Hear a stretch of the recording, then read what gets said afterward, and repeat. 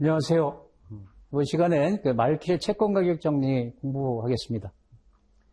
채권 가격 정리, 이제 채권의 특성을 말킬이라는 사람이 이제 얘기한 게 있습니다. 들어가기 전에 여러분 이게 좀 판단이 되실까요? 자, 채권 투자 적기는 금리 올라갈 때입니까? 떨어질 때입니까? 상승일까요? 하락일까요? 그러면 이제 그 정답 찾으셨나요? 나중에 보도록 하고 일단 이제 궁금하다. 그다음에 가격 변동은 그러니까 만기만 놓고 봤을 때 단기채, 장기채 어떤 게 이제 크겠냐? 채권은 대부분 여러분 금리 때문에 가격이 변합니다. 회사 실적 이런 거 영향 거의 안 받고요. 주식하고 달리 시장 이자율 또는 이제 금리에 따라 반대 방향으로 변하는데 금리가 변할 때 가격 변동이 어떤 게 더 크겠냐? 이제 이런 뜻.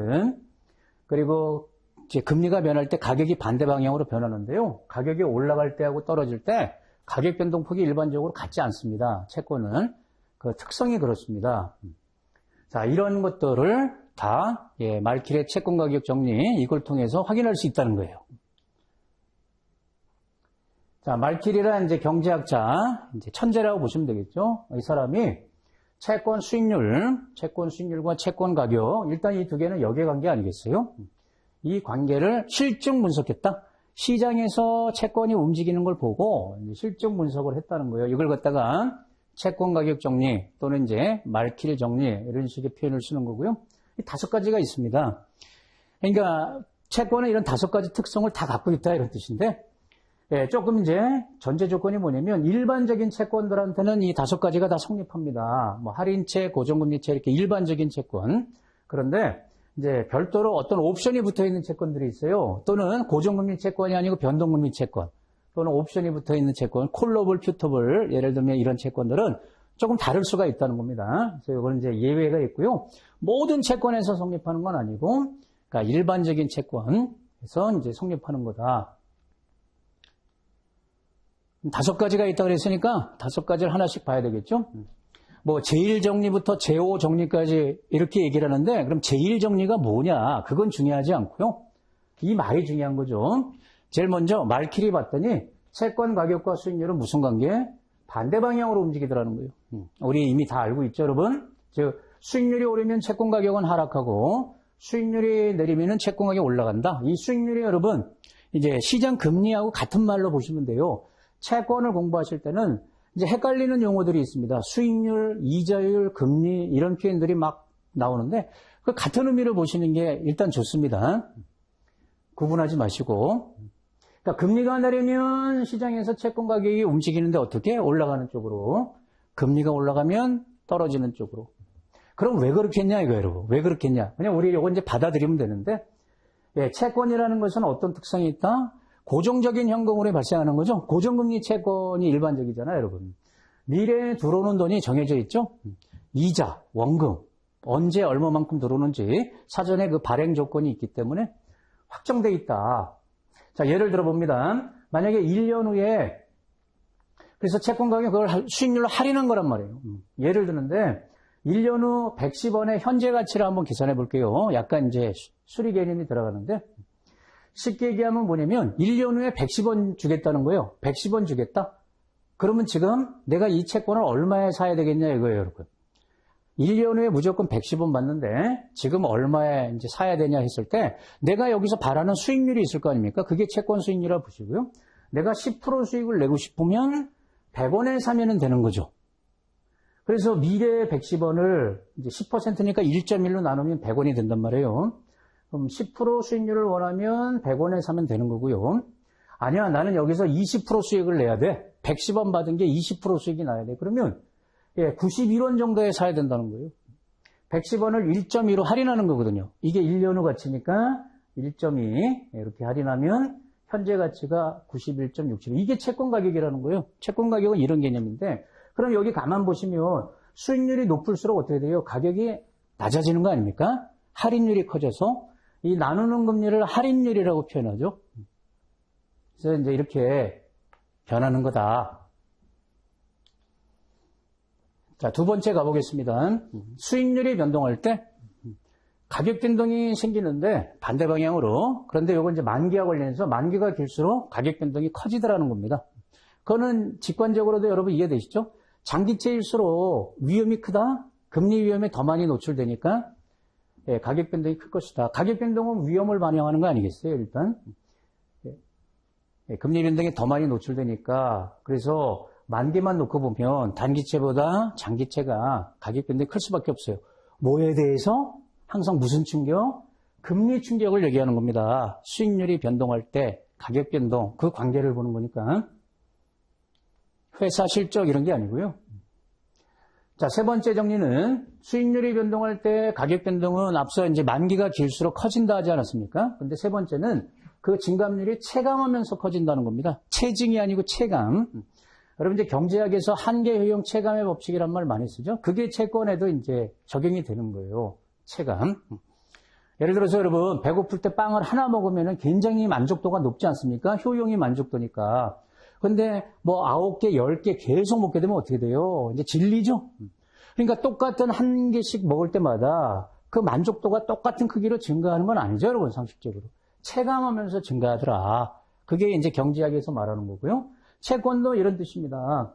자, 1년짜리 채권 그냥 쉽게 예를 들어서 1년 채권, 1년 만기 채권이 만약에 가격이 금리가 똑같이 변할 때 10만큼 왔다 갔다 하면 3년 만기 채권은 그거의 3배, 정확히 3배 왔다 갔다 하는 게 아니고 그거보다는 좀 작다는 겁니다.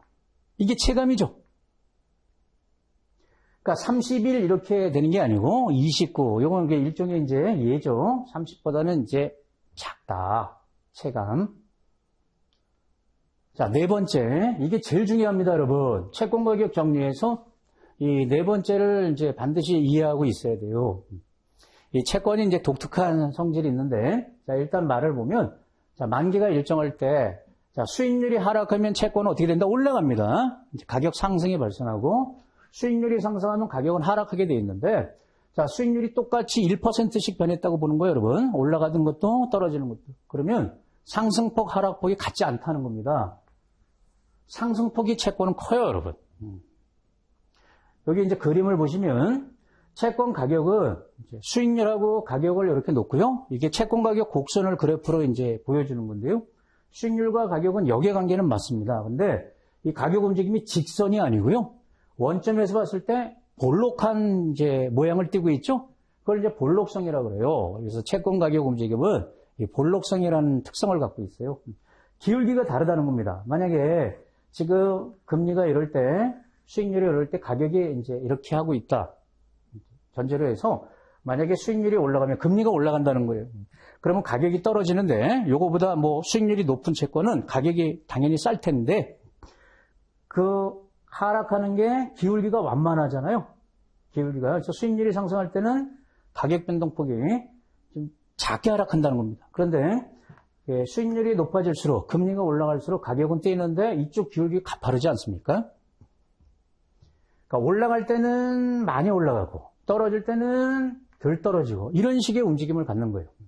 이게 볼록한 거죠, 여러분. 오목하면 이렇게 되는 거 아닙니까? 오목하면 이제 반대인데 채권은 이런 식의 가격 변화를 갖고 오더라. 이걸 말끼리 실적 분석을 통해서 확인을 한 거죠. 이걸 이제 볼록성을 갖는다 이렇게 얘기해요. 상승폭이 크다는 겁니다. 그래서 이게 채권의 이제 매력이라고도 많이 얘기합니다. 여러분 어떤 자산이 있을 때 떨어지고 올라갈 때 많이 올라가고 떨어질 때 덜 떨어지는 게 좋은 거 아니겠어요? 근데 채권은 그런 식의 가격 움직임을 가져요. 가격이 올라갈 때 팍팍, 떨어질 때 완만. 이게 이제 네 번째 가장 중요한 정리고 마지막 다섯 번째 표면이율도 영향을 주더라는 겁니다. 이 표면이율은 이제 이자가 몇 %짜리냐 이거죠, 여러분? 표면이율이 높으면 이자를 많이 받는 거죠. 그러면 상대적으로 가격 변동률이 작아집니다. 여러분 여기 정확히 표현하면 이 율 그럼 퍼센트 개념 아닙니까? 근데 이걸 그냥 몇 원 이렇게 폭이라고 보셔도 상관없습니다. 가격 변동폭, 가격 변동률 다 같은 의미로 정확히는 이제 율인데요. 반대 방향으로 움직이더라는 겁니다. 근데 직관적으로 이해하시면 이렇게 되는 거죠, 여러분. 다른 조건은 모르거나 똑같을 때 표면이율이 높으면 이자를 많이 받는 거 아닙니까? 그럼 이자를 많이 주면 나쁠 게 없잖아요. 그러면 투자자 입장에서 위험이 작다라고 인식하기 때문에 가격 변동이 줄어들겠죠? 뭐 그 원리라고 보시면 돼요.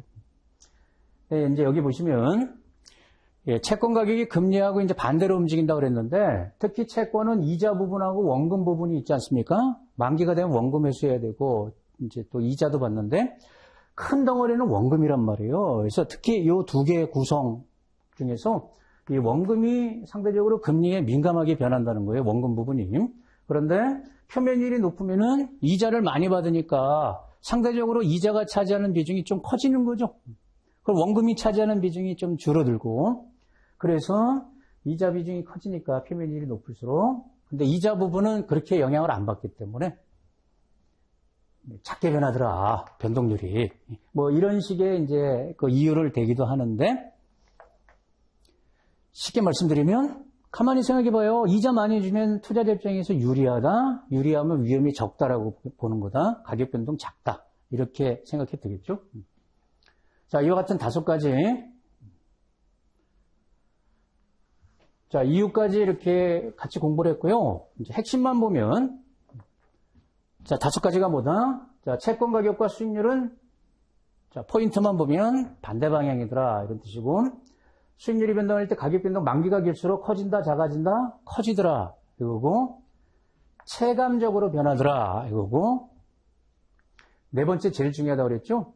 수익률이 하락하면 가격은 무조건 뛰고요. 수익률이 상승하면 가격은 무조건 떨어지는데, 가격 상승폭이 크더라.